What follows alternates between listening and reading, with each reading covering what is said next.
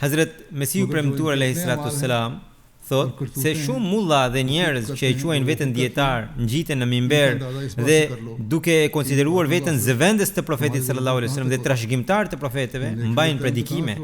Ata flasin kundër mendjemasisë, mburjes dhe veprave të këqija, por për gjendjen e tyre dhe për veprimet që vetë i bëjnë, mjafton të shikosh se deri në çfarë mase fjalët e tyre ndikojnë në zemrat e njerëzve.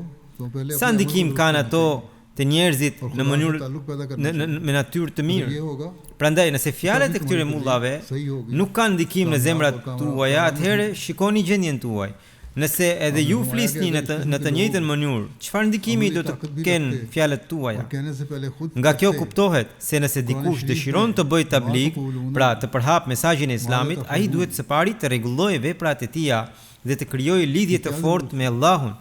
Vetëm atëherë thirrja e tij do të jetë e drejtë dhe suksesshme dhe e dobishme. Mëtej ai thotë se po të kishin këta njerëz dhe fuqi praktike dhe po të vepronin vetë përpara se të flisnin, atëherë pse do të kishte nevojë që Allahu të shpallte në Kur'an, lima taquluna ma la taf'alun.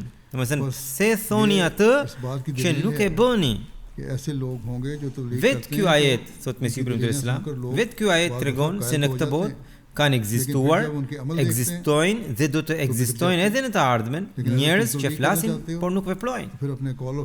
Kjo është dëshmi se ka njerëz që kur bëjnë tabligh, pra kur predikojnë për fenë Islamit, i bindin të tjerët me argumente, por kur njerëzit shohin veprat e tyre, largohen prej tyre.